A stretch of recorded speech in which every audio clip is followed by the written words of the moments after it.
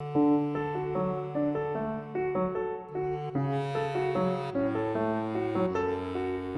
toi, est-ce que tu as pensé que c'était un film?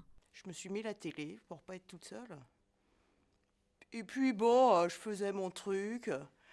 Puis je vois dans le coin une tour, un type qui se jette de la tour. Je me dis tiens, la tour infernale. Ça m'a fait immédiatement mettre en suspens ou en doute toutes les images de fiction liées à ça, qui sont des images bruyantes avec un montage. Là, c'était un plan fixe, très lointain, un tout petit avion, comme une petite maquette qui allait. Et j'ai compris que c'était pas un film. J'ai mis le son et j'ai compris que c'était la réalité. J'ai vu beaucoup cette histoire dans les films égyptiens.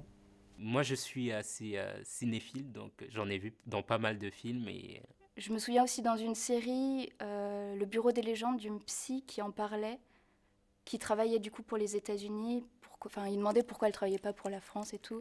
Elle disait, à ce moment-là, j'étais aux États-Unis, ma famille est morte dans cette tour. Et au bout d'un moment, je me suis dit, mais ce film, il n'est pas très intéressant parce qu'il y a juste des gens qui sautent des fenêtres et il ne se passe rien d'autre.